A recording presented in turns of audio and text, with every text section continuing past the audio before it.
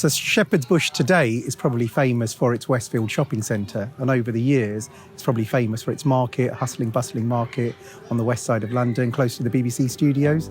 But historically for Sikhs, it's had a long association.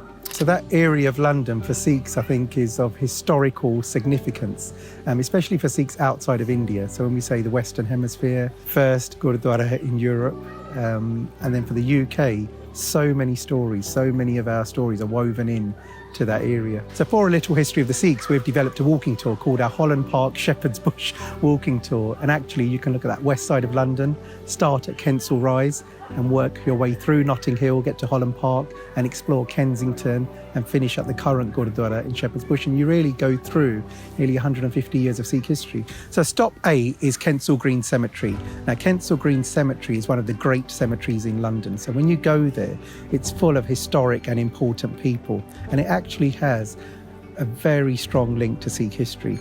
Because Maharani Jind Kaur, she was the first Sikh to actually pass away in England. She was the mother of Maharaja Duleep Singh, and in 1863 she passed away in Kensington. Now at that time there were no arrangements for cremation, so Duleep Singh had to work with the government to fulfill her last rites according to Sikhi. So whilst that was happening, her body was laid to rest at the chapel of the dissenters in Kensal Green Cemetery. So that's a strong link. And during that time that she laid in state, she had many visitors. And one of those visitors was actually Charles Dickens. Charles Dickens came to pay his respects to the Maharani of Punjab, the great kingdom in India.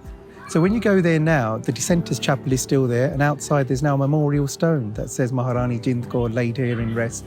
And you can see that, you walk through, and that part of history and that story is told through this memorial plaque. So stop B, we head through Notting Hill, get to Holland Park, and that's the Kyoto Gardens in Holland Park, because really that was a park that was on the doorstep of Maharani Jind and Maharaja Duleep Singh when they lived at Lancaster Gate. That was their local park.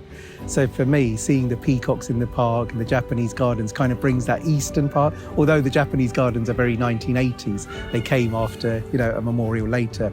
It just shows that little connection to the east. So through those memorial gardens, we end up at 53 Holland Park, and 53 Holland Park was the London residence of Maharaja Duleep Singh. So when he was at Buckingham Palace or when he was engaging with the Queen, he would come from Thetford and stay here at his house and then take his horse and cart through to Buckingham Palace from Holland Park. So there's a memorial stone there, a blue plaque actually, an English heritage blue plaque to say the Maharaja of Lahore lived here. Our next stop on our tour is at number 10 Sinclair Road, and it's at number 10 that lived Max Arthur Macauliffe.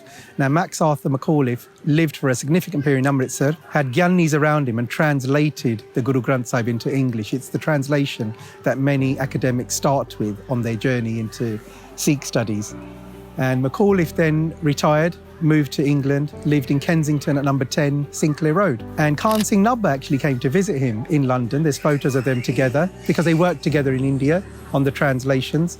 He came here, and most historians are sure that 79 Sinclair Road would have been facilitated by Max Arthur Macauliffe, because it was 1908. He lives down the road. He's heard that a house has come up for sale.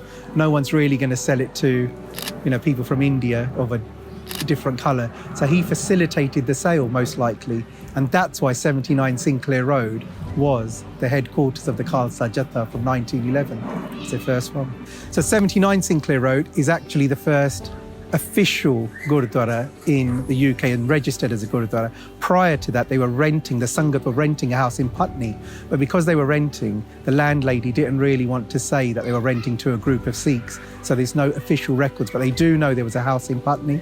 But where the Khalsa Jatha British Isles, established in 1908, bought their first premises was here at 79 Sinclair Road. And when you see the old pictures, you see the house just as it looks today. But if you look carefully, you'll see a Nishan Sahib above the front door. And that was the Gurudwara from 1911 to the 1950s. And I have those photos. And then now the flat looks exactly the same because it's listed. It's just minus the Nishan Sahib. So if we look at the first time in 1908, we were renting a room in Putney. there was a small Sangat, students basically coming down from Cambridge, some at UCL, university students, and they knew that Maharaja of Patiala was on a visit from Patiala to London. And they made an inquiry to meet with him at the Savoy Hotel, because he used to use the Savoy Hotel and his UK embassy. He's from Patiala, so he would have a room, and that would be all correspondence to the Maharaja would be care of the Savoy Hotel. So they went to meet him and said, look, we would like to set up a Gurdwara in the UK, a formal structure. And he agreed to it, and he put up £8,000 donation. But then what happened, he from his perspective, it would serve as his embassy when in the UK. So it became known as the Bhupinder Singh Dharamshala. So then all his correspondence in between visits to the UK would be to now Sinclair Road 79 rather than the Savoy Hotel. So, and over the years it grew and grew and grew. So for many visitors who came to London, they went to the Dharamshala, because that was their first stop before they organised themselves. So that brings us on to the current Khalsa Jatha British Isles, which is located at Queensdale Road. Now that was Norland House, used to belong to one of these church groups, Norland House. And the Jatha acquired that by raising funds during the 1950s and actually moved in 1969 to its current location. So prior to that, they were always at Sinclair Road. Moved to their current location, which today is actually within walking distance of Shepherd's Bush, Westfield, the Westfield shopping centre. Basically, instead of going into Westfield, you cross over the lights, and literally within 100 metres is the current Khalsa Jatha British Isles Gurdwara. It's had refurbishments over the years, but its most recent refurbishment was to a very high standard. It has lots of weekly visitors because of its historic connections. And people, I think, don't really know the history around the streets, so they do ask, I think, in the Gurdwara. But we've now produced this electronic Google map, so if anyone asks, they can download it from the library at the Gurdwara and just walk around, go to Sinclair Road, go to Holland Park. If they want to walk as far as Kensal Green, they can do. Otherwise, they can get on the train and go back to central London.